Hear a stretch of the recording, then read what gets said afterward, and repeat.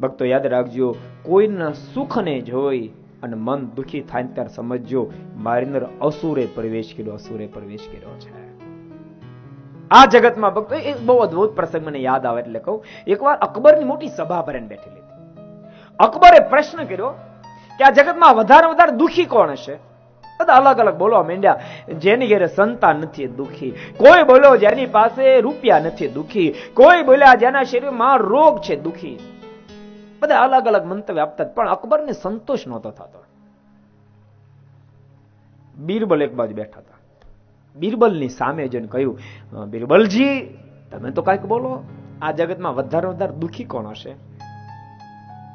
બીરબલના મોઢામાંથી શબ્દ નીકળ્યા, જેના હૃદયમાં ઈર્ષ્યા છે, બીજાના સુખને જોઈ નથી શકતો, બીજાના સુખને જે દુખી થાય છે એને જો આ બ્રહ્માંડમાં કોઈ દુખી નથી, કોઈ દુખી નથી. જે બીજાની ઈર્ષ્યા કરે એ દુખીમાં દુખી છે. સુખી થવું કે દુખી થવું? સુખી થવું તો ભક્તો બીજાના સુખને જોઈને રાજી થશે. બીજાના સુખને જોઈને રાજી થશે ભક્તો, બીજાનું સુખ એ ક્યારેક તમારા ભાગમાં આવશે. પડખે વાળાને સારી ગાડી છે, સાજા માંદા થશે તો ભક્તો એ ગાડી કામ લાગશે. પણ માણસની પ્રકૃતિ એવી છે, બીજાના સુખને જોઈને પોતે દુખી થઈ જાય, બીજાના દુઃખને જ રાજી થઈ જાય.